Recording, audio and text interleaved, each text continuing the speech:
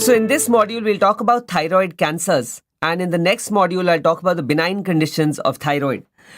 So thyroid cancers, before we discuss the individual cancers, I want you to know the syndromes with which thyroid cancers can be associated. Once this question has been asked in the All India exam, so I just want you to know the syndromes. So FAP syndrome, we know, is because of APC gene mutation on chromosome 5. That is familial adenomatous polyposis coli syndrome, and this can be associated with papillary carcinoma thyroid. Gardner syndrome, which is a variant of FAP syndrome, that can be associated with follicular carcinoma of thyroid. Werner syndrome, which is because of WRN gene, I'm not saying Wermer, I'm saying Werner. This is adult progeroid syndrome. And this adult progeroid syndrome can be associated with papillary, follicular and Hürthle cell carcinoma. MEN2 syndrome, because of red proto-oncogene mutation, is associated with medullary carcinoma thyroid. Cowden syndrome, which can be associated with the P10 gene, and there can be GI polyps. Here you can have GI polyps. There can be breast cancer, and there can be thyroid cancer in Cowden syndrome, and this can be associated with follicular carcinoma thyroid and papillary carcinoma thyroid. Carney's complex, which is because of gamma PPAR gene, and this can give rise to Batman syndrome, right? This can give rise to Batman syndrome, so that it can give rise to various tumors, and B is for breast, A is for adrenal tumors, T is for thyroid tumors, MA is for atrial myxomas, and N is for nevi, right? There can be nevi which can be there as well. So this is Carney's complex, which can give rise to these tumors. So these are the various syndromes which can be associated with thyroid malignancy. Now, before we discuss individual malignancies, let's talk about the TNM staging for thyroid cancers, because lots of new updates are there in the 8th AJCC classification and you should know about them. So the TNM staging, T0 is no evidence of tumor. T1 is when the tumor is less than or equal to 2 centimeters. So this is the same as oral cancer. T2 is 2 to 4 centimeters. T3 is more than 4 centimeters, and there is a new category which I want you to know here. So T3A, this is one update. T3A is more than 4 centimeters, limited to the thyroid, and T3B is when there is gross extrathyroidal extension only in the strap muscles. So irrespective of the size, if the strap muscles are involved, it becomes T3B, and this you should know as a clinical question for your exam as well. So T3B is irrespective of the size if the strap muscles are involved. And T4 is gross extrathyroidal extension into major neck structures will make it T4. The nodal staging N1 is metastasis to regional lymph nodes, and N1A is metastasis to level 6 or level 7 lymph nodes. Level 6 we know are the central compartment. Lymph nodes.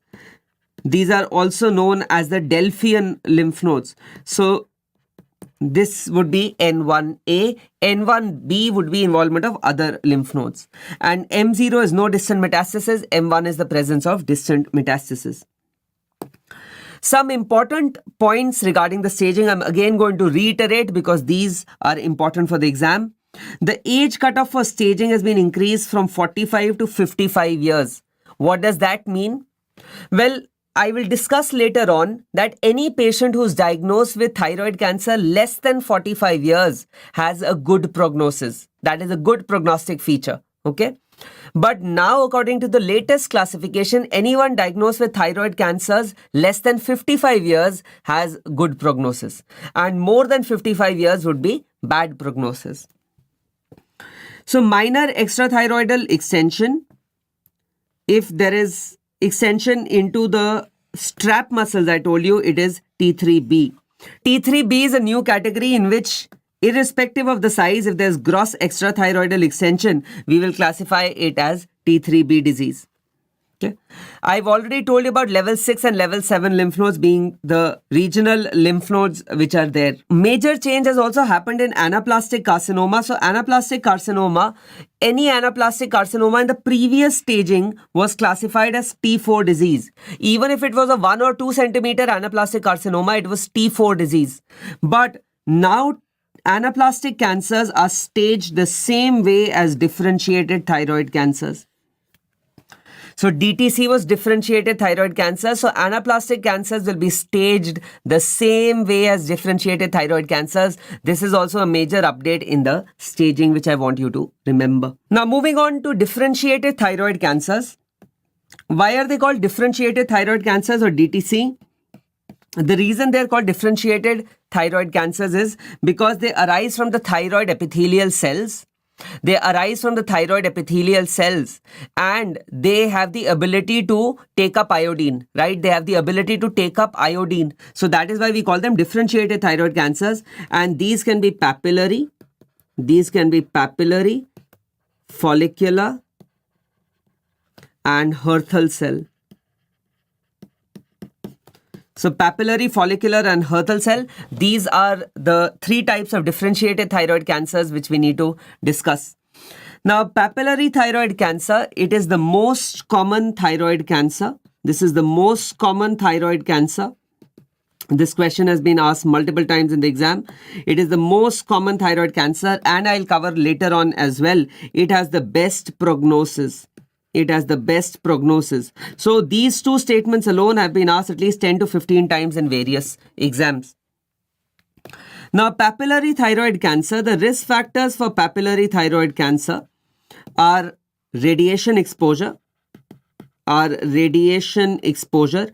which is why there is a very high incidence in places like Hiroshima, Nagasaki, Chernobyl, where there was a nuclear fallout. Even in the subsequent generations, the incidence of papillary carcinoma thyroid is very high.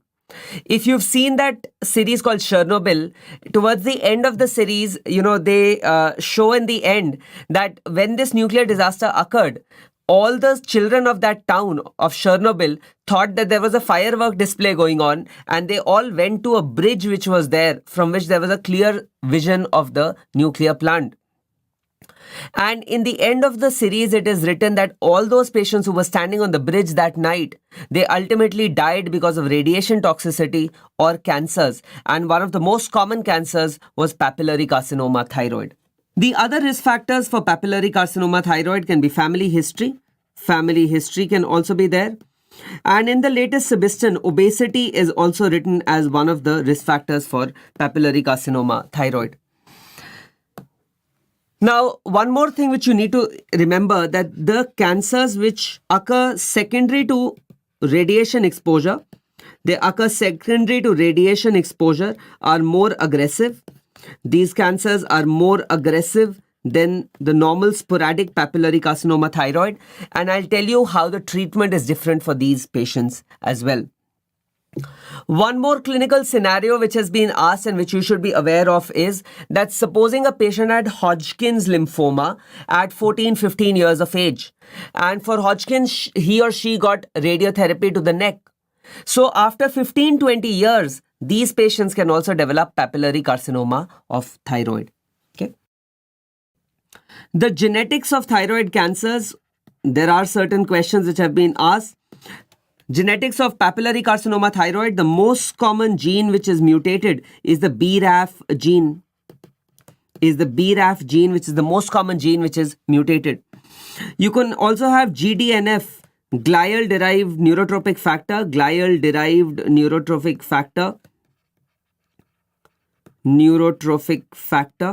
Mutation can also be there in these patients. Okay. You can also have RET PTC mutation, and if it is a RET PTC3 mutations, these tumors are more aggressive. Whereas RET PTC1 mutation, the tumors are less aggressive, but RET PTC3, the tumors are more aggressive. So this is regarding the genetics of papillary carcinoma thyroid, which you should know about. Now, papillary carcinoma thyroid, the presentation of papillary carcinoma thyroid, females are more commonly affected than males, and there's usually a 3:1 incidence ratio. And papillary carcinoma thyroid usually presents between the 3rd to 5th decade of life. 3rd to 5th decade of life is the age group when it will present. These patients usually come with a thyroid swelling. They come with a thyroid swelling is how these patients will present to the OPD. And there are certain features regarding papillary carcinoma thyroid which I want you to remember as well. So papillary carcinoma thyroid tends to be multifocal as well. So it tends to be multifocal. So there can be multiple points from which papillary carcinoma thyroid can arise. And that is why I'll tell you later that because it tends to be multifocal, that is why if it's a multifocal disease, we tend to do or we err towards the side of total thyroidectomy.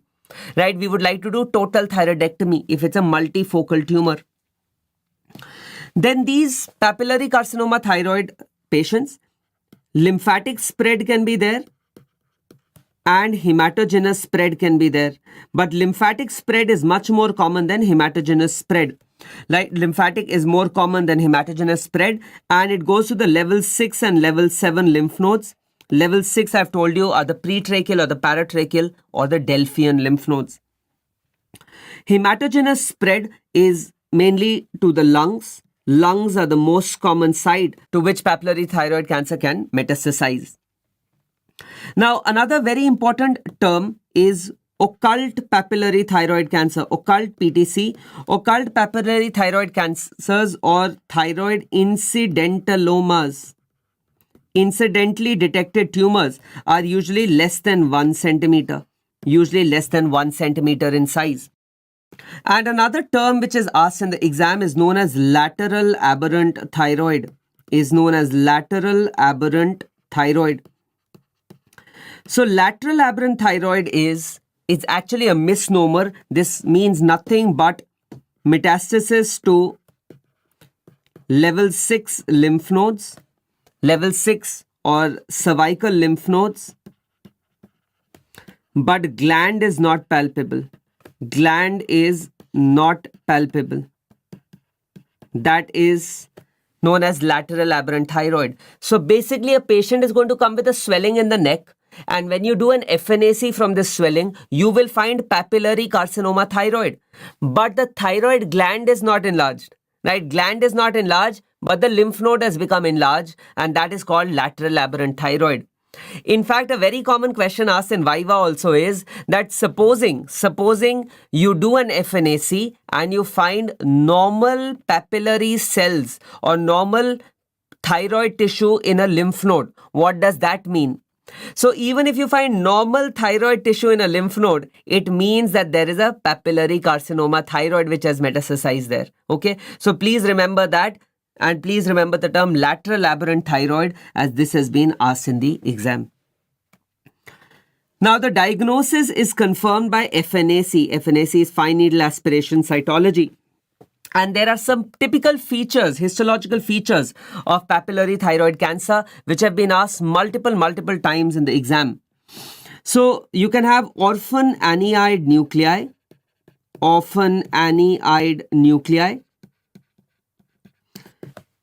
So these orphan aniide nuclei, this orphan Annie was a comic strip character, and the artist who created this comic strip character did not make, it just made clear eyes, did not make a pupil inside it, right?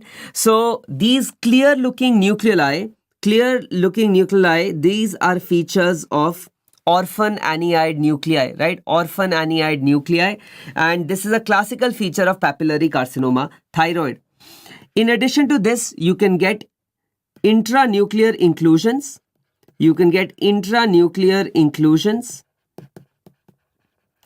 And very important for the exam, you can get Samoma bodies. Samoma bodies also have been asked many times in the exam. These are Samoma bodies which are foci of dystrophic calcification. And lots of times it has been asked, what are the other tumors other tumors where psammoma bodies can be seen. So one is of course papillary thyroid cancer. You can have serous cystadenocarcinoma of the ovary. You can have serous cystadenocarcinoma of ovary where this is found. You can have papillary renal cell cancer, papillary renal cell cancer. The other tumors where you can get this is meningiomas, is meningioma. Okay, so these are the other cancers where these psammoma bodies can be found, and this has also been asked in the exam. So now once we have the diagnosis of papillary carcinoma thyroid, we have to manage these patients. So how do we carry out the management? So the management first is of course surgery. The first management is of course surgery. And surgery now, if it's a 1 to 4 centimeter tumor, 1 to 4 centimeter tumor, which is unifocal, there is no LVI. LVI we've discussed is lymphovascular invasion. No LVI, no capsular invasion. If there's no capsular invasion, then these patients are candidates for hemithyroidectomy. So if all these criteria are met, then these patients are candidates for hemithyroidectomy. Okay, they are candidates for hemithyroidectomy, where we don't remove the entire thyroid, where we just remove one lobe and the isthmus. So there are certain exceptions to this rule as well. And the exceptions to this rule are, so hemithyroidectomy is acceptable alternative to total thyroidectomy in low risk unilateral differentiated thyroid cancers without extrathyroidal extension. That is what I just told you. But Sebastian writes the exceptions to this rule are radiation induced differentiated thyroid cancers, familial non-medullary thyroid cancers, multifocal and extrathyroidal extension. So remember I told you that radiation induced are more aggressive, which is why in radiation-induced differentiated thyroid cancers, we will carry out a total thyroidectomy. Irrespective of the size, we will do a total thyroidectomy there. Please remember this. This is very important from the latest Sebastian, which you should remember. So in all other patients, who don't meet these criteria, the minimum surgery would be total thyroidectomy. TT is total thyroidectomy. Now, there are certain other situations also which you should know about. So, if level 6 lymph nodes are present, then we will do total thyroidectomy plus CND. CND is central neck dissection, where level 6 and sometimes level 7 lymph nodes are removed. So, central neck dissection. Central neck dissection is level 6 plus minus level 7 removal. This I've already covered in the oral cancer module, where I've spoken about neck dissections in detail. So you can refer to the oral cancer module to know more about neck dissection. Now if level 6 lymph nodes are there, then we do total thyroidectomy plus a central neck dissection, which involves removal of level 6 plus minus level 7.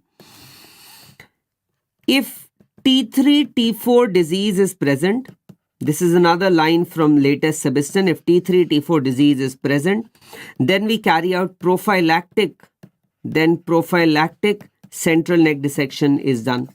Then prophylactically, we will clear central neck lymph nodes in these patients. You should also know if lymph nodes other than level 6, are positive, then we will do total thyroidectomy plus central neck dissection plus MRND. MRND is modified radical neck dissection, and modified radical neck dissection can either be unilateral or bilateral depending on whether the lymph nodes are on one side or both the sides. So this is what will be done if there are lymph nodes other than level 6 present as well. So once we've done this surgery, we've already discussed the various surgical options. I've told you about surgery in the first module as well. So once the surgery is done, we discharge the patient, and then the patient will come back after a week with the histopathology report. And then the patient will ask you, now what do we do, right? Doc, what is next? So what is the management post-surgery? So post-surgery, what is done is that we have to carry out a whole body iodine scan.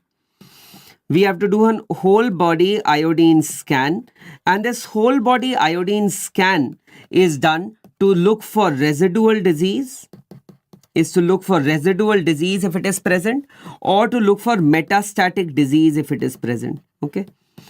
So this is done after surgery, because before surgery, if you give iodine, thyroid will only take up all the iodine. So none of the iodine will go to the metastatic areas, which is why this whole body iodine scan has to be done after surgery. Okay. Now to do this whole body iodine scan, the prerequisite is that the TSH should be more than 20 international units per liter. The TSH should be raised. Now TSH raised means that will the patient be hypothyroid or hyperthyroid? Of course, hypothyroid. So when the TSH is so high, if there's any thyroid tissue in the body, it will be starving for iodine. It will just want to gobble up all the iodine which you give it. So which is why we want the TSH to be raised. Now to raise the TSH, there are two methods. One is the conventional method. Where we wait for 4 to 6 weeks. And for 4 to 6 weeks, if we don't replace thyroxine, if no thyroxine is given, then TSH will rise because I've already removed the entire gland. So this is the conventional method. But the problem is that for 4 to 6 weeks, the patient has to suffer from hypothyroid features. Okay. And like we get international patients also in our unit. So there are patients who come from Ukraine. Ukraine is close to Chernobyl. So who come from Ukraine with papillary carcinoma thyroid. Now they say that we cannot wait for 4 to 6 weeks, right? We have to go back to our country as well. So the newer modality is to inject recombinant TSH. And with this, we can get a high TSH value quickly. 2 injections and we get a high TSH value. The only thing is that this is a bit expensive. Okay. So these are the 2 ways how we can get a high TSH value. And then we do the whole body iodine scan, the purpose of which I've already told you. And when this whole body iodine scan is done, we can either get a patient who has residual disease or metastatic disease. Residual or metastatic disease is present or it is absent. Okay. Now, if residual or metastatic disease is present, then what is the treatment? Then the treatment is radioiodine ablation.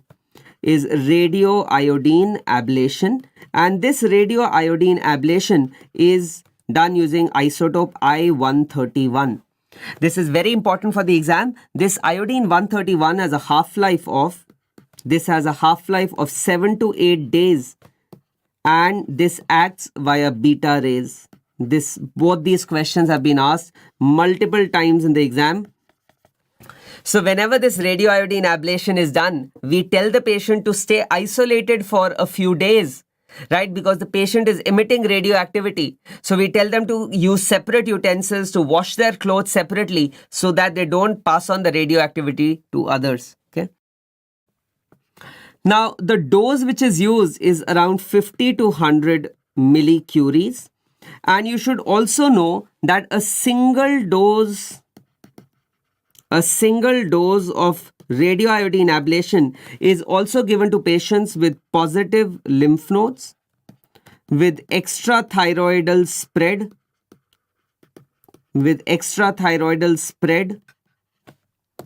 and persistently raised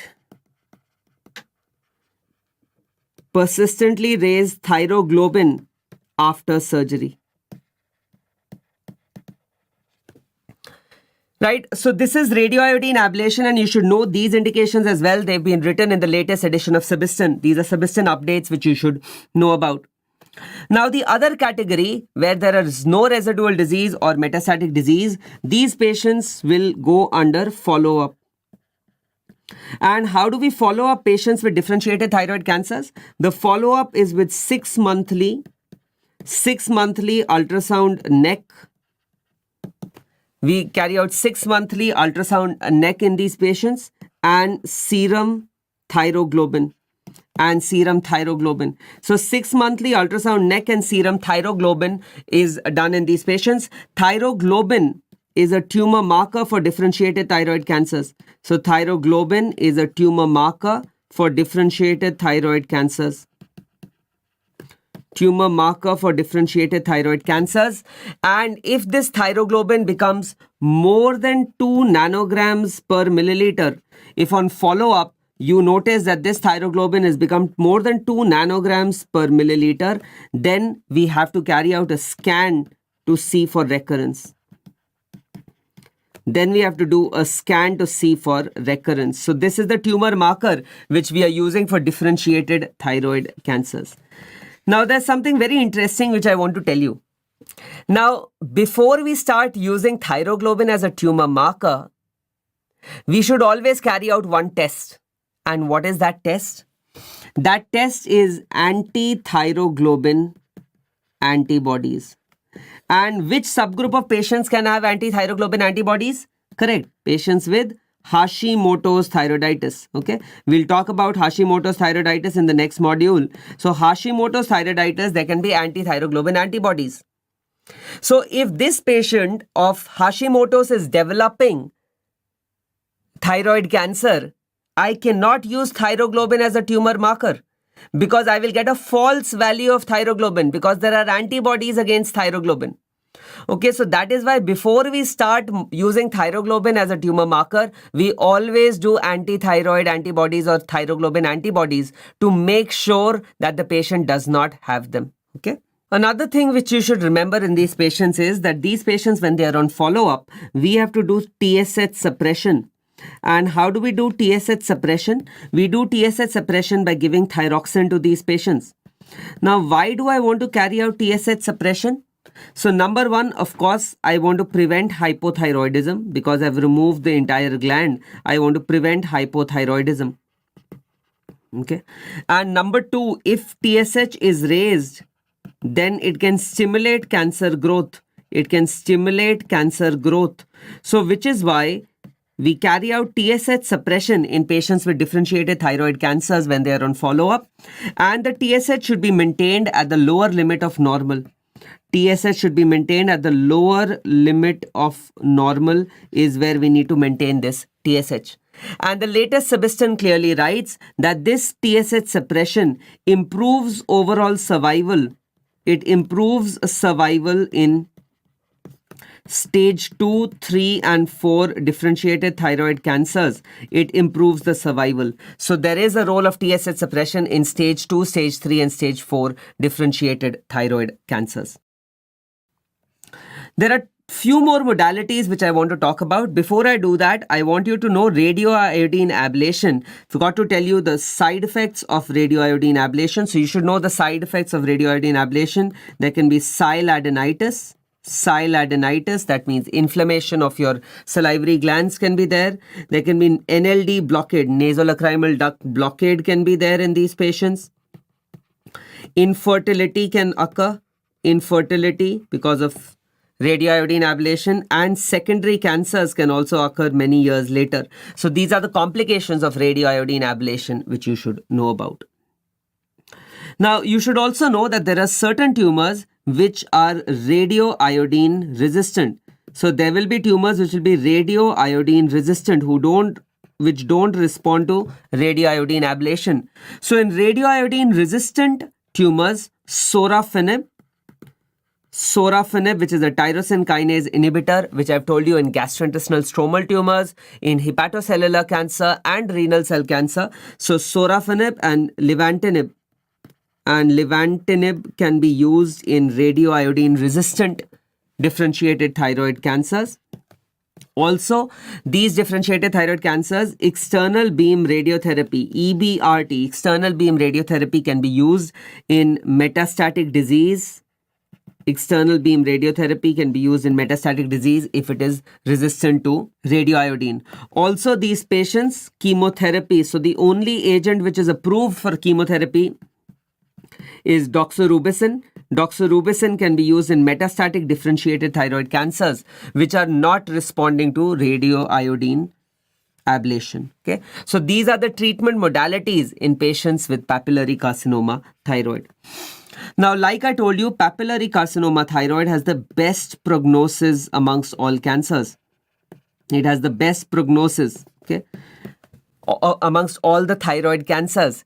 In fact, it is such an indolent disease that for all the other cancers, we talk about 5-year survival rates or 10-year survival rates. But in papillary carcinoma thyroid, we talk about 20-year survival rates. Okay. So basically what I'm trying to say is that most of the patients live a normal life. And in fact, there's a beautiful line written in DeVita, which is the Bible of oncology. And that line goes like this. It is written that in all other cancers, the oncologist attends the patient's funeral.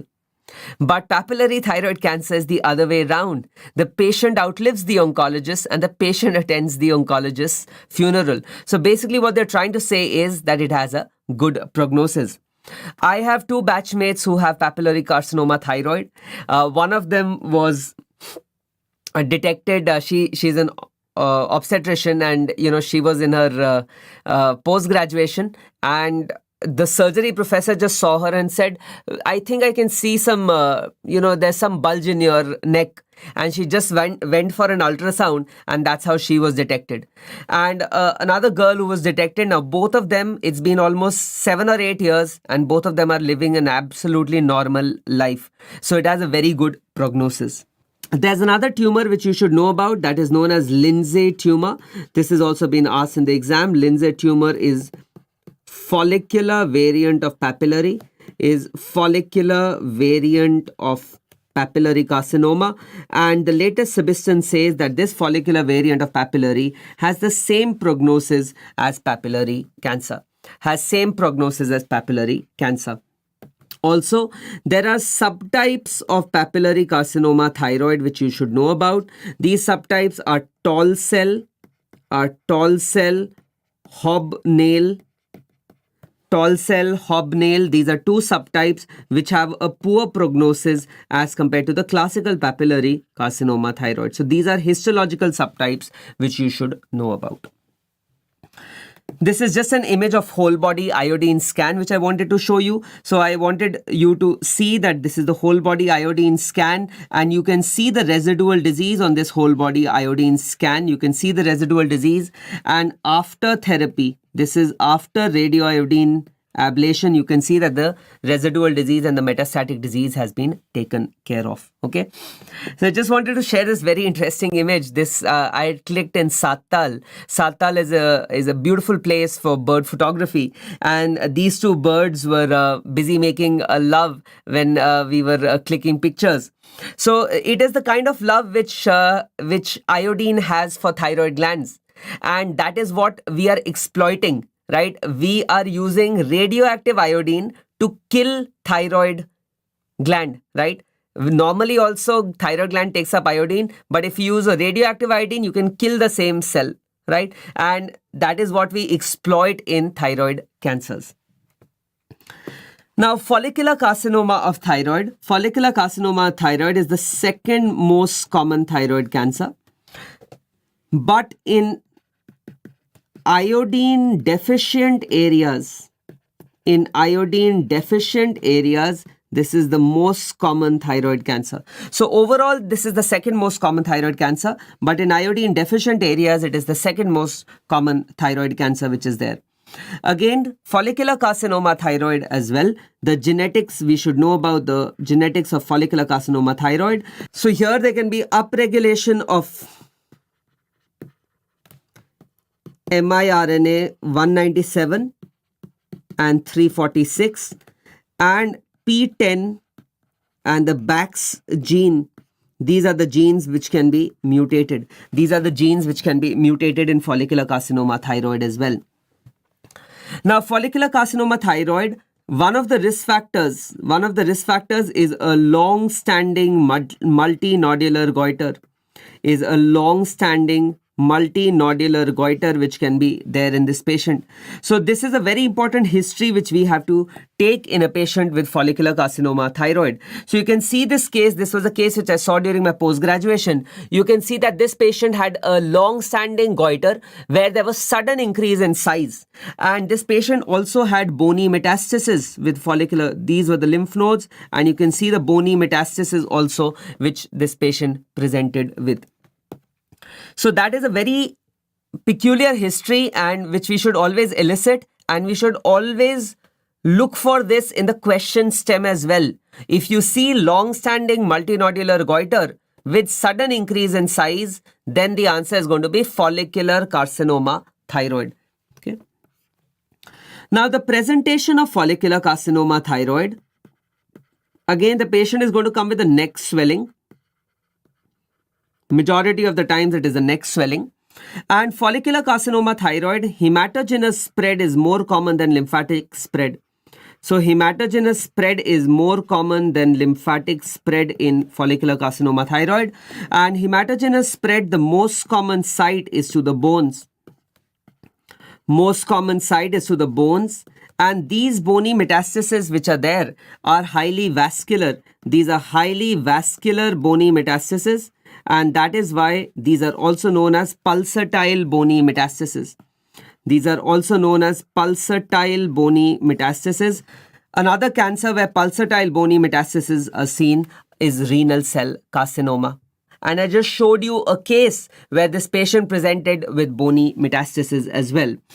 One more thing which you should know, that these bony metastases are usually osteolytic. These are bone destroying. These are usually osteolytic, which is the same as breast. In breast also we had most of the times osteolytic bone destroying metastases which were there.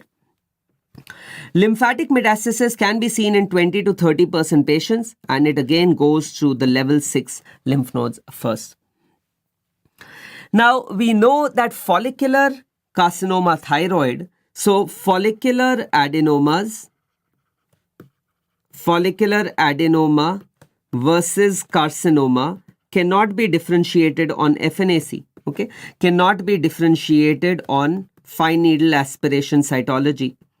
Cannot be identified on FNAC. This is a very important statement which has been asked in multiple exams, because FNAC cannot document basement membrane invasion. So now what happens when I get a patient, when I get a case, I don't know whether it's follicular or papillary, okay? We just assume that the patient has a thyroid cancer and we send it to the pathologist for a FNAC. Now the FNAC is done and the pathologist looks at the slides. Now pathologists cannot differentiate adenoma from carcinoma. So they played very smartly, right? What will they write on the report? The pathologist will write on the report that the patient has a follicular neoplasm. So if you read the report, it will be written the patient has a follicular neoplasm, and there'll be a tiny line written below which would be written as kindly correlate clinically, referred back to the surgeon. Okay. So now the patient comes back to my OPD and says that pathologist doctor is saying that you only will tell whether it is cancer or not cancer. Okay. So now the ball is in our court. The patient comes back to us. So how do we get to know whether it is a carcinoma or an adenoma? So if we get follicular cells, or if we get a patient with follicular neoplasm, we are going to take up the patient for a hemithyroidectomy. We will take up the patient for a hemithyroidectomy. Okay. Now during hemithyroidectomy, we will send out a frozen section. We've discussed about frozen sections in the breast module as well. So frozen section, if it says that it is cancer, or the frozen section can tell us whether it is an adenoma. Now if it is cancer, we will do the completion surgery. Exactly the same way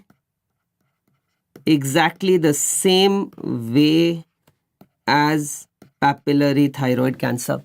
So whatever surgery we were doing for papillary, the same treatment protocol is applicable for follicular carcinoma thyroid as well. That is why these differentiated thyroid cancers, they will have the same treatment protocol, which is why I've covered it in detail in papillary, and I want you to know it is the same for follicular and it is the same for Hertel as well. If it turns out to be an adenoma, no further treatment is required. No further treatment is required in these patients. Now, after surgery, the post-surgery management is also the same. Post-surgery management is also the same as papillary thyroid cancer.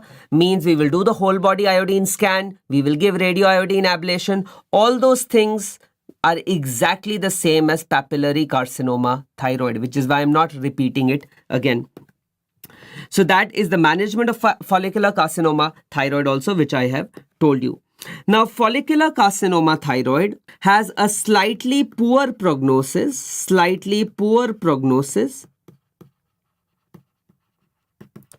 than papillary carcinoma thyroid, then PTC. So remember this. And this will usually be seen in the 4th to 6th decade of life. So slightly poor prognosis and slightly older age group in which this tumor is seen. So I've discussed about papillary, I've discussed about follicular carcinoma. Moving on to Hertel cell carcinoma. Hertel cell carcinoma is also a differentiated thyroid cancer. And earlier, Hertel cell carcinoma was thought to be a variant of follicular carcinoma thyroid, right? This comes in the 6th or the 7th decade of life. And the characteristic feature is the presence of Hertel cells or oxyphilic cells, which are rich in mitochondria. Right? So that is why you get an eosinophilic cytoplasm. You get an eosinophilic cytoplasm in these patients. And Hertel cell, Dr. Ila has also taught you what are the other places where you can get Hertel cell. So Hertel cells can be seen in Hertel cell carcinoma.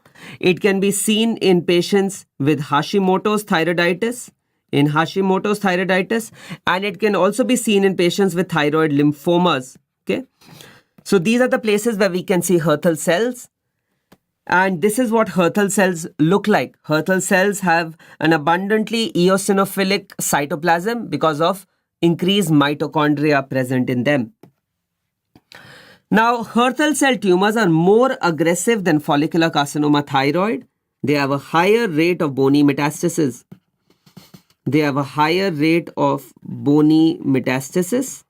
And they are less radioiodine avid than other differentiated thyroid cancers. So their ability to take up and respond to radioiodine therapy is less than follicular and papillary carcinoma thyroid. So this was regarding the 3 differentiated thyroid cancers. Now, differentiated thyroid cancers, there are prognostic scores which are there, and these prognostic scores have been asked in various exams. So these are the prognostic scores for DTC, differentiated thyroid cancers. That means papillary, follicular and Hertel cell. And the scoring systems are ages, AMAs and masses. These 3 are the ones which are asked most frequently. Ages, AMAs and masses. In ages, A is for age, G is for grade, E is for extracapsular spread, and S is for size. In AMAs, A is for age, M is for metastasis, E is for extracapsular spread, and S is for size. And in masses, M is for metastasis, A is for age, C is for the completeness of resection. This is very important. This has been asked in the exam. C is for completeness of resection, I is for extrathyroidal invasion, and S is for size. So only masses criteria is the one which is a post-operative score, right? Which takes into account the post-operative results as well. Other than that, ages and AMAs are pre-operative scores. So this is something which you should remember. This has been asked once in the AIMS exam.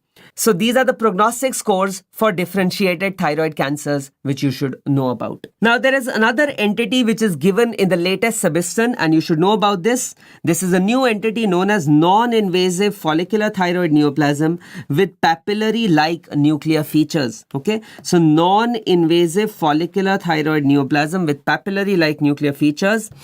These are neoplastic follicles without papillary structures but with nuclear features of PTC. So they don't have papillary fronds or papillary structures, but pseudo-inclusions, grooving, crowding is there like papillary thyroid cancer. Now there are two main subtypes. You have the encapsulated type and the invasive type. And the encapsulated version is called non-invasive follicular thyroid neoplasm with papillary-like nuclear features, and it has an indolent course. In fact, some people have recommended observation in these patients because it has a very indolent course as well. So this was an update which I wanted you to know about. Next, we'll talk about anaplastic carcinoma of thyroid. Let's now talk about anaplastic carcinoma of thyroid. Anaplastic cancer, you should know, is the least common thyroid cancer. So the most common was papillary. Anaplastic is the least common, and this has the worst prognosis. Papillary had the best prognosis. I told you it's a relatively indolent tumor, but anaplastic cancer is one of the most aggressive tumors in the body. Okay. Now, anaplastic cancers occur usually in the 5th to 7th decade of life, and they carry a very poor prognosis, like I've told you. The genetics behind anaplastic cancer, there can be p53 mutation, there can be upregulation of microRNA 17-92, and there can be beta-catenin mutation, which can be seen in patients with anaplastic carcinoma of thyroid. Now, if we talk about the clinical features of anaplastic carcinoma of thyroid, patient is going to present with a rapidly enlarging, they will come with a rapidly enlarging thyroid swelling. That is how the patient is going to come, rapidly enlarging thyroid swelling. Now, Sebastian also writes, there can be a history of multinodular goiter. There can be a history of multinodular goiter and anaplastic cancers as well. But here I want to highlight a question which has been asked multiple times in the exam, and there should be no confusion regarding that. If you get a question that a patient had a long-standing multinodular goiter and there is sudden increase in size, which is the most common cancer associated with it? So the most common cancer associated with a previous multinodular goiter will be follicular carcinoma, not anaplastic cancer. Please remember that. Anaplastic cancer is very rare. So follicular will be much more common. So don't mark anaplastic there just because of rapid increase in size. Now, when the patient comes, the patient can have two types of features. The patient can have local compressive symptoms. Patient can have local compressive features. Or there can be distant metastasis which can be seen in these patients. Okay, or there can be distant metastasis which can be seen. So the local compressive features, the patient can have hoarseness of voice because of pressure over the recurrent laryngeal nerve. There can be stridor because of tracheal involvement, pressure over the trachea. So there can be stridor or there can be dyspnea because of pressure over the trachea. And there can be dysphagia as well. There can be dysphagia as well. And the patient is going to come with a very hard thyroid swelling. So it's going to be a very hard thyroid swelling which is going to be there. Now, if you remember, I've also spoken about a very hard thyroid swelling being present in which condition? Correct, Riedel's thyroiditis. So Riedel's thyroiditis also you can have a woody, hard thyroid gland. And one of the differential diagnoses of anaplastic cancers is Riedel's thyroiditis. So please remember that. I've repeated this in Riedel's thyroiditis as well. Distant metastasis is also there, and almost 20 to 30% patients at diagnosis also have distant metastasis. And distant metastasis most commonly goes to the lungs. Most commonly goes to the lungs. So papillary cancer and anaplastic cancer both most commonly go to the lungs. So these are the clinical features with which patient is going to present to us. Now, how do we confirm the diagnosis? So diagnosis can be made by FNAC. But if the FNAC is inconclusive, then we have to carry out a true cut or a core needle biopsy.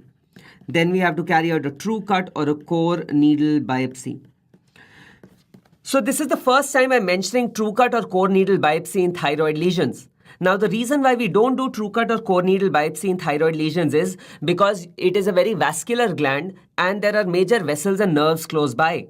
So you can always injure these structures when you're doing a core needle biopsy. which is why we stick to FNAC. But there are 3 conditions in thyroid where true cut or core needle biopsy is indicated. And one of them is an inconclusive case of anaplastic carcinoma, right? And what is our differential diagnosis? I've already told you our differential diagnosis here can be Riedel's thyroiditis or fibrosing thyroiditis. Okay. Can be fibrosing thyroiditis. The third condition where a true cut biopsy in thyroid is done is a lymphoma, which is the next topic where I'll talk about it again. Okay. So this is how we confirm the diagnosis of thyroid anaplastic cancer and the management of these patients. So if the patient comes with localized disease, which now I have told you in the staging, I told you staging is the same way. Staging is same as differentiated thyroid cancers. Now the latest staging is the same as differentiated thyroid cancers. So if the patient is coming with localized disease, we will carry out aggressive surgery. And aggressive surgery is going to be a total thyroidectomy. Plus central neck dissection plus modified radical neck dissection. So if the disease is localized within the thyroid, we'll be as aggressive as we can. But like I told you, almost 20 to 30% patients come with advanced disease. Now, advanced disease, the treatment is mainly palliative in nature. And because this is anaplastic cancer, these cells don't have the capacity to take up iodine, right? They lose the capacity to take up iodine. So that is why radioiodine is usually not used as a treatment option in anaplastic cancers. So the palliative management options in these patients can be doxorubicin, which is a chemotherapeutic agent. Then you should also know that dabrafenib and tramitinib, these are 2 tyrosine kinase inhibitors which have been approved for metastatic anaplastic cancers. So dabrafenib and tramitinib are 2 new agents which have been approved for anaplastic cancers. Also in these patients, there is a role of tumor debulking. If pressure symptoms are there.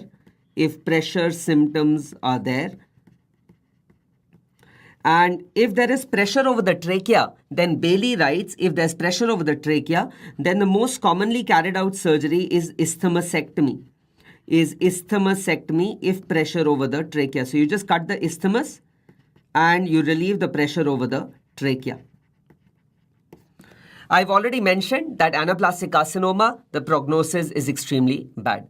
So this was a patient of anaplastic cancer which we had seen when I was a postgraduate, and you can see how aggressively the tumor has grown and it's almost about to ulcerate now. The entire neck is involved, and I remember that this patient ultimately, the tumor infiltrated into the carotid vessels and he passed away because of a carotid artery blowout, right? So it's a very aggressive tumor. Like I've mentioned, I've already discussed the treatment with you.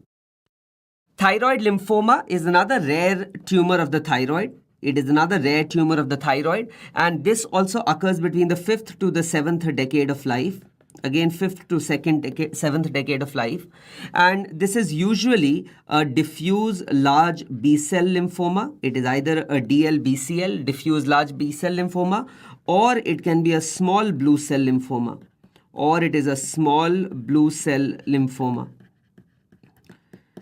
So these are the 2 types of thyroid lymphomas which can be there. We have already discussed that one of the risk factors for thyroid lymphomas is long-standing Hashimoto's thyroiditis. So long-standing Hashimoto's thyroiditis can be associated with thyroid lymphomas. So long-standing Hashimoto's thyroiditis. Now, how does the patient present? The clinical features of thyroid lymphoma. The clinical features, the patient is going to come with a thyroid swelling. That will be the most common presenting feature. So the patient will come with the thyroid swelling. This is the most common presentation. The patient can also come with B symptoms of a lymphoma. Now, B symptoms we've discussed elsewhere. They've also been covered in pathology and medicine. The B symptoms can be fever, weight loss, or night sweats. fever, weight loss, and night sweats. These can be the B symptoms which can be there with lymphoma as well. Now, one more thing which you need to understand, that FNAC cannot characterize a lymphoma. Right? Wherever we've discussed in lymphomas and pathology also, you would have been told that to characterize the lymphoma, you need the entire tissue. You need tissue to characterize it. So that is why we cannot characterize it on FNAC. On FNAC, you can even see Hürthle cells in lymphoma. I've already told you about Hürthle cells.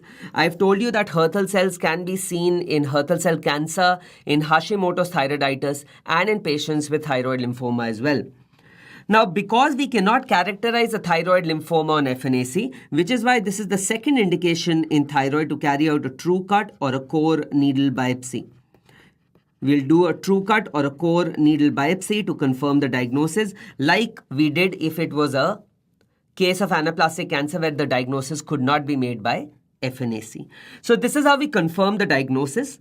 And the management of thyroid lymphoma, the first line of treatment is chemotherapy, which I've covered elsewhere as well, that is R-CHOP. R-CHOP stands for R is for rituximab, which is a monoclonal antibody against CD20. C is for cyclophosphamide, H is for hydroxydanirubicin, O is for oncovin or vincristine, and P is for prednisolone. So that is the R-CHOP regime which is given. And surgery is only indicated if there is residual or recurrent disease. If there is residual or recurrent disease, then we will carry out surgery for thyroid lymphomas. So that was the management of thyroid lymphomas. Now, the final cancer which we need to discuss in thyroid module is medullary carcinoma of thyroid. Now, medullary carcinoma of thyroid arises from the parafollicular cells. This arises from the parafollicular or the C cells. Right, the parafollicular or the C cells. And these parafollicular or C cells, they secrete calcitonin. Right, they secrete calcitonin, which is why I will discuss later that calcitonin serves as a tumor marker for medullary carcinoma of thyroid. Now, another question which has been asked in the exam, and you can say that this is integration with your embryology or anatomy, that where do these parafollicular or C cells arise from? So where do these cells arise from? They arise from the neural crest. They arise from the neural crest. And the neural crest, you have ultimobranchial bodies. There are ultimobranchial bodies which you get. And from these ultimobranchial bodies, these parafollicular cells can arise. Now, medullary carcinoma of thyroid can either be sporadic. So MTC can either be sporadic or it can be familial. Now, sporadic tumors are much more common than familial tumors, and they occur later on in life as well. So sporadic tumors usually occur by 4th to 6th decade of life.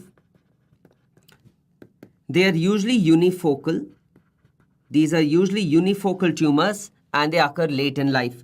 Familial tumors, on the other hand, occur by the 2nd or the 3rd decade of life. They occur by the 2nd or the 3rd decade of life. They can be associated with RET proto-oncogene mutation. And these tumors are usually associated with MEN2 syndrome. And the most aggressive tumor is with MEN2B syndrome. MEN syndrome is multiple endocrine neoplasia, which will be the next topic which I will talk about. But you should know that medullary thyroid cancer is associated with MEN2 syndrome, and the most aggressive one is seen in MEN2B syndrome. Now, these familial tumors are usually multifocal. And they are more aggressive than sporadic tumors. Now, how do these patients present? What are the clinical features with which the patient is going to come? So the most common clinical feature will again be a thyroid swelling, as is the case for most of the thyroid cancers.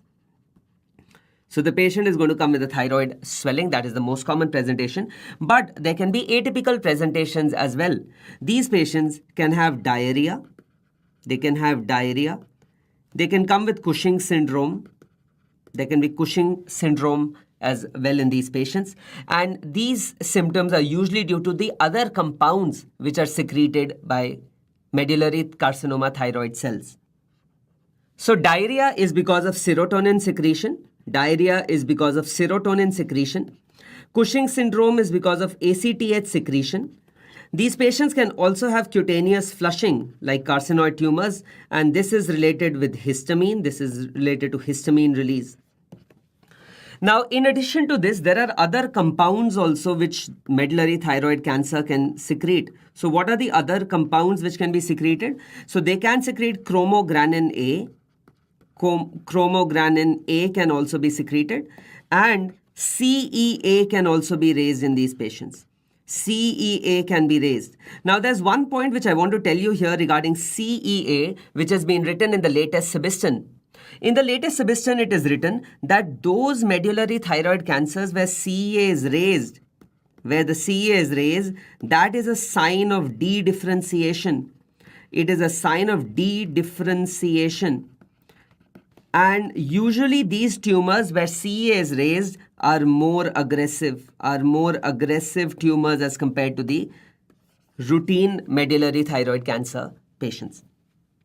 Now, medullary thyroid cancer can also spread via the lymphatic route, and it will go into level 6 and level 7 like we've discussed previously, and it can spread via the hematogenous route as well. In the hematogenous route, the most common site of metastasis for medullary thyroid cancer, the most common site is going to be into the liver. So liver is the most common site where these tumors are going to metastasize into. Now, how do we confirm the diagnosis of medullary thyroid cancer? So the diagnosis is confirmed by fine needle aspiration cytology, and you get very classically, you get amyloid-rich stroma. So this slide is also very important. It has been asked in all possible exams. You will get amyloid-rich stroma in medullary thyroid cancers. And you will see this pinkish material. This pinkish material is all amyloid, which you've covered in great detail in pathology as well. This pinkish material is all amyloid with which you can make the diagnosis. Right?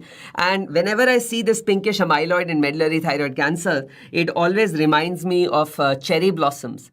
Now, cherry blossoms, I saw these cherry blossoms in Washington when I was doing my fellowship in Baltimore. Washington was close by. But Japan also has beautiful cherry blossoms, and it just looks like a sea of pink, which is what amyloid also looks like when you see it in the slide. Now, once we've made the diagnosis, how do we manage patients with medullary carcinoma of thyroid? So the management of medullary carcinoma thyroid, surgery, you need to remember a rule of thumb here. In surgery, we need to be aggressive. And unsaid rule of thumb is we should stay one step ahead of the tumor. What does that mean? So whatever we did for papillary carcinoma thyroid, we will stay one step ahead. So if tumor is restricted to the thyroid, that is situation number 1. If the tumor is restricted to the thyroid, the surgery which we will carry out is TT plus central neck dissection. So even if the tumor is just in the thyroid, we will do a central neck dissection in all these patients. What did we do in papillary? We just did total thyroidectomy. Okay?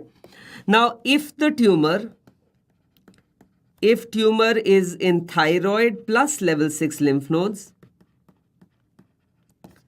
then we have to do a TT plus CND plus MRND, modified radical neck dissection. What did we do in papillary? We just did TT plus CND. Here we are even going to do a modified radical neck dissection. And if tumor is in thyroid plus level 6 lymph nodes plus other lymph nodes, now what do we do? Of course, we will do the same thing. We will do TT plus CND plus MRND. That is what will be done. If the tumor is restricted in the thyroid plus there are level 6 lymph nodes plus other lymph nodes, then what surgery will we do? Of course, we'll do the same surgery because going one step ahead would mean chopping off the neck, and you will not chop off the neck of the patient. So we'll carry out the same surgery. We'll do a total thyroidectomy plus CND plus MRND on both the sides. So this is the surgery which is carried out in patients with medullary carcinoma thyroid. You should also know that prophylactic neck dissection should also be done if the prophylactic neck dissection should be done if serum calcitonin value, if the serum calcitonin value is more than 200 picograms per milliliter, this is another line from the latest Sebastian, then we should carry out a prophylactic neck dissection in patients with medullary carcinoma thyroid. So this is another point which all of you should be aware of. Now, once we've done the surgery, you should remember, and this you should note down in big bold letters, that there is no role of radioiodine ablation. Why isn't there any role of radioiodine ablation? Because this tumor is arising from the parafollicular cells, and the parafollicular cells don't eat iodine for breakfast, right? So why would we bombard them with radioiodine? So there's no role of radioiodine ablation in these patients. This you should remember. If advanced disease is there, if there is advanced disease, then there is a role of tumor debulking. Tumor debulking, remove as much as you can. That has been shown to improve the survival. Radiotherapy can be done for local symptoms. And there are two agents also which have been approved by the US FDA, which are there in the guidelines for metastatic patients, and those are vandatinib and carbozantinib, right? So these are the two tyrosine kinase inhibitors, vandatinib and carbozantinib, which are used in metastatic medullary carcinoma thyroid patients. Now, one very important thing which I want to cover here, and this can come as clinical scenarios. I told you medullary thyroid cancer can be associated with MEN2 syndrome. Now, if the patient has medullary thyroid cancer, we should always rule out pheochromocytoma before surgery. Always rule out pheochromocytoma before surgery. And if pheochromocytoma is coexistent, if present, first treat pheo, and then we do surgery for medullary thyroid cancer. Okay, so that is point number one which I want you to remember. Also, in medullary thyroid cancer patients, I always remember that we were always asked to do serum calcium levels. Always rule out hyperparathyroidism as well. Hyperparathyroidism also has to be ruled out. So we should always rule out hyperparathyroidism also in these patients.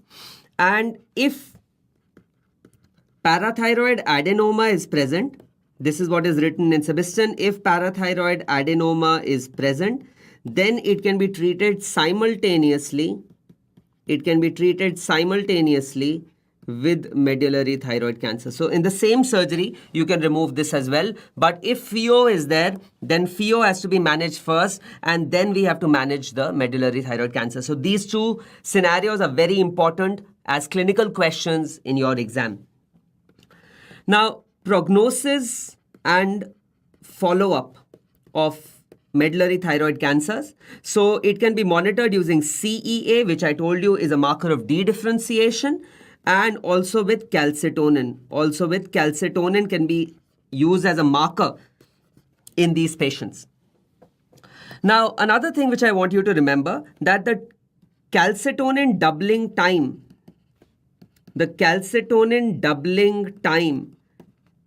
is one of the most sensitive prognostic markers. If the calcitonin is doubling up in every follow-up visit or doubling up quickly, then it denotes that the tumor is probably coming back. And one final thing which I want you to know, I told you that medullary thyroid cancers can be sporadic and they can be familial as well. And familial ones are associated with MEN2 syndrome. Now, sometimes these patients with MEN2 syndrome, by the time calcitonin is raised, the tumor is already in stage 2 or 3 or 4. Okay, so that is why in MEN2 syndrome there is a role of pentagastrin stimulation. There is a role of pentagastrin stimulation, and by doing pentagastrin stimulation, if calcitonin values increase dramatically, if calcitonin increases dramatically, then what does this denote? This denotes that the process of medullary thyroid cancer has already started.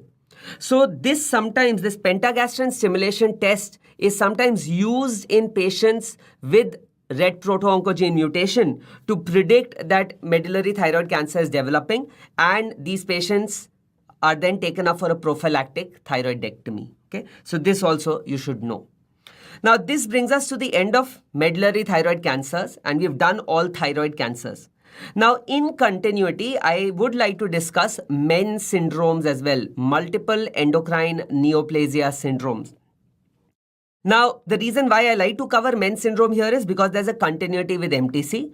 This I have also covered in the adrenal gland module, so you can even refer to that module for details. Now, MEN syndrome stands for multiple endocrine neoplasia syndrome. Multiple endocrine neoplasia syndrome. And lots of MCQs are asked from MEN syndrome. So you can have MEN1, there can be MEN1, MEN2, MEN3 and MEN4. There are 4 MEN syndromes which are there, which we need to talk about, and lots of questions have been asked from each one of them. First, let's talk about MEN1 syndrome, multiple endocrine neoplasia 1. And MEN1 syndrome is also known as Vermeer syndrome, right? And this is due to the mutation of the menin gene. It is due to the mutation of menin gene on chromosome 11. Now, mind you, this is Vermeer syndrome. Don't confuse it with Werner syndrome. Werner syndrome is because of WRN gene, and this gives rise to adult progeroid syndrome. And in the starting of this module, I told you that Werner syndrome can also predispose to thyroid cancers. But MEN1 syndrome is known as Vermeer syndrome. So no confusion there. And it is because of the menin gene on chromosome 11. Now, the easy way to remember MEN1 syndrome is by 3 Ps. That is how everyone remembers it. So you have pituitary adenomas.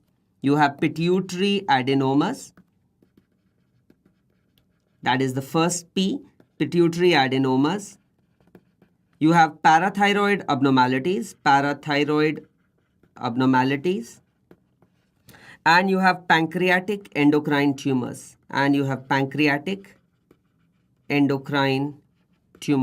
Okay.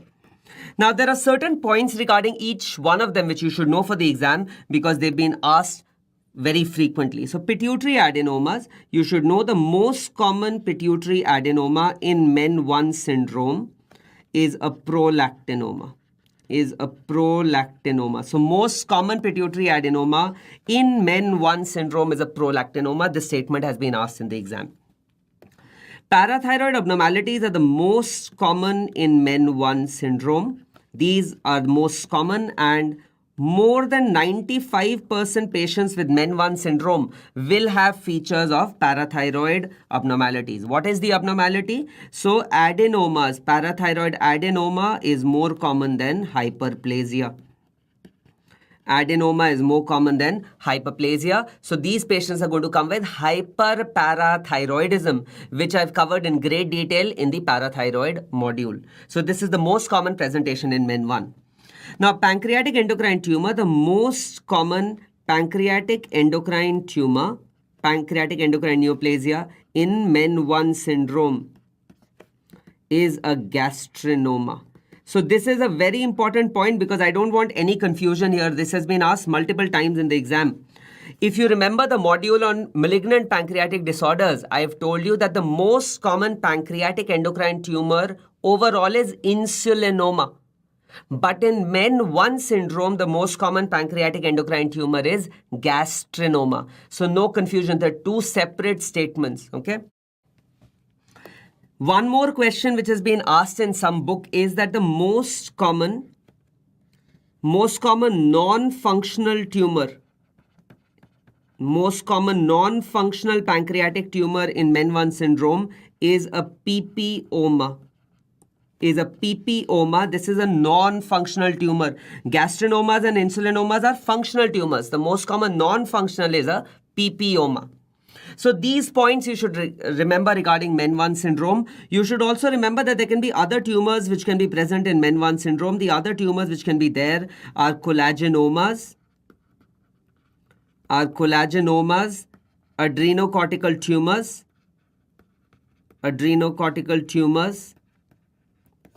collagenomas, adrenocortical tumors, and thymic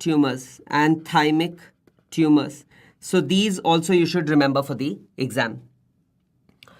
This was regarding men 1. Moving on to men 2 syndrome now. So men 2 syndrome, multiple endocrine neoplasia type 2 syndrome. This is because of ret proto-oncogene on chromosome 10. Ret proto-oncogene on chromosome 10 is the one which is mutated in men 2 syndrome. And men 2 syndrome can be divided into MTC only, medullary thyroid cancer only, and here only medullary thyroid cancer is the one which occurs. And one thing which I want you to remember here is the exon of ret proto-oncogene which is mutated here is exon 618. And I'll tell you the significance of these exon mutations because this is a very, very important and a potential question for your exam. The second type can be men 2A syndrome. Men 2A syndrome, and men 2A syndrome is known as Sippel syndrome. Okay? So an easy way to remember this, sometimes students get confused between Vermeer and Sippel. So remember 2. 2 means, what does 2 mean? 2 means you've come second. And S for second, S for Sippel. That is how you remember. Men 1 was Vermeer. 1 means you've won something. You've come first. So remember 1 W-O-N, W for Vermeer. Men 2 is you've come second, S for Sippel. That is how you can remember it. And in men 2 syndrome, what you get is medullary thyroid cancer. This is the most common presentation in men 2A syndrome. This is the most common presentation. The other things which you can get are parathyroid abnormalities, parathyroid adenoma. Parathyroid adenoma can be there. So these patients can also have pheochromocytoma. They can have pheochromocytoma, which is why, if you remember, I told you always rule out pheochromocytomas in patients with medullary thyroid cancers. And there can be megacolon, that means Hirschsprung's disease. Now, Hirschsprung's disease can be present in both 2A and in 2B. That is why I'm going to write 2A more than 2B because most of the books write this. Of course, there is some discrepancy here where some of the books say that megacolon is more common in 2B, but majority consensus after discussion with medicine and pathology is that it is more common in 2A as compared to 2B. The exon which is mutated here is exon 634, Men 3 syndrome,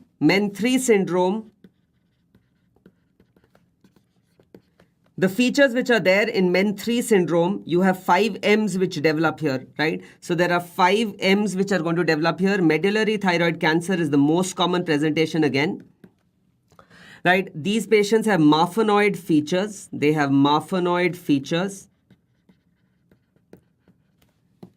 mucosal neuromas. So they will have neuromas over the oral cavity, over the tongue. Mucosal neuromas can be there.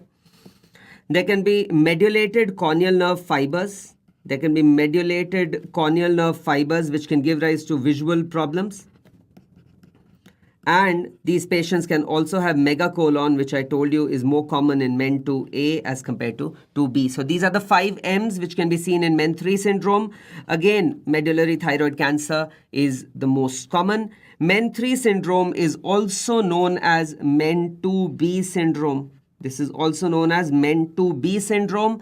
And another point which I've already told you, that it is this medullary thyroid cancer in MEN2B syndrome which is the most aggressive. So this is the one which gives rise to the most aggressive medullary thyroid cancer. Okay. And that is why it is important for us to know the exon mutation. This exon is exon 918. Is exon 918. Now, I've been talking about these exon mutations. Why are they important? So the reason why they are important is that any patient with MEN2 syndrome, the first degree relatives are counseled for ret proto-oncogene analysis. First degree relatives, we need to counsel them for ret proto-oncogene analysis, and we should do ret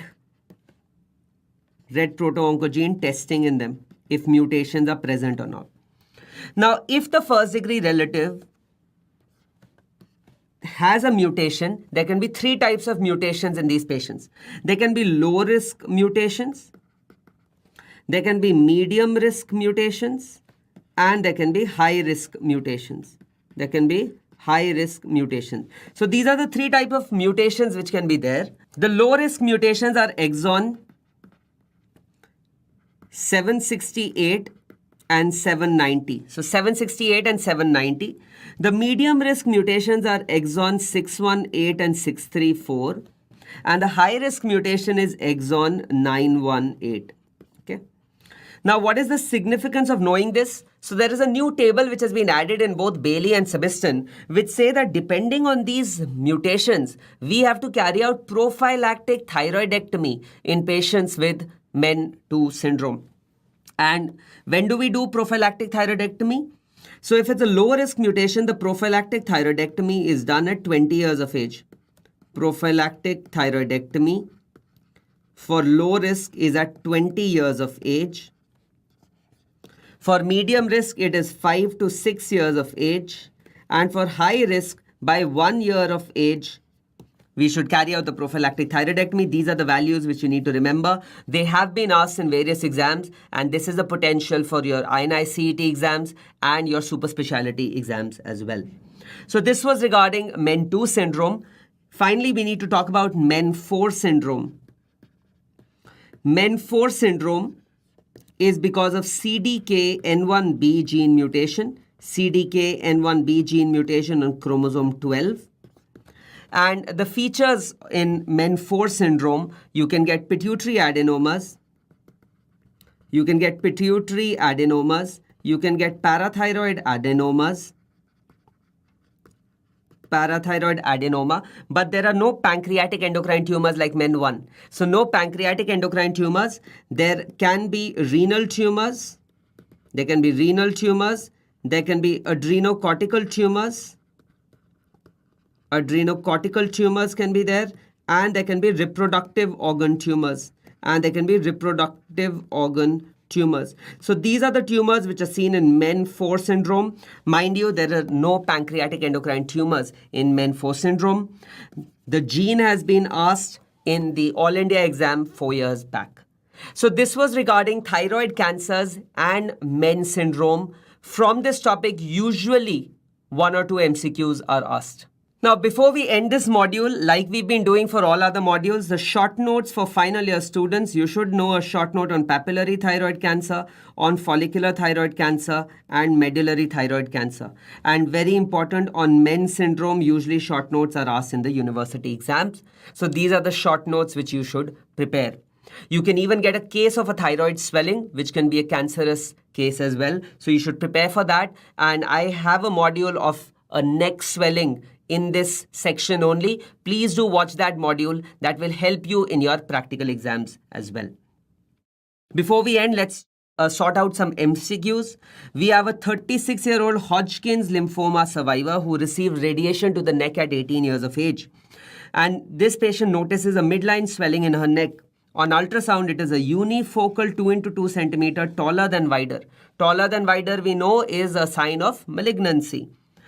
And ultrasound guided FNAC reveals it to be a papillary carcinoma thyroid. What is the recommended management? So remember, we discussed that a young patient, unifocal disease, less than 4 centimeters, we can do hemithyroidectomy. But what is the catch here? The catch here is that this is a radiation-induced tumor. This is a radiation-induced tumor because of radiotherapy for Hodgkin's lymphoma. And in radiation-induced tumors, we should do a total thyroidectomy. No hemi in radiation-induced tumors. Please remember that because they're more aggressive. Which of the following is the most common thyroid malignancy in iodine deficient areas? We discussed this. This is follicular carcinoma thyroid, and this has been asked in the FMG exam. A patient diagnosed with unilateral thyroid mass, which on hemithyroidectomy revealed a follicular thyroid cancer with level 6 lymph node enlargement. What is the appropriate surgery? So, if there is follicular carcinoma thyroid and level 6 lymph node enlargement, we will do a total thyroidectomy with a central neck dissection. Had this been medullary carcinoma thyroid, I told you we have to stay one step ahead. So in medullary, this would have been total thyroidectomy plus MRND plus CND. Here it is only CND. Which of the following is not a treatment option in a pregnant patient with papillary thyroid cancer?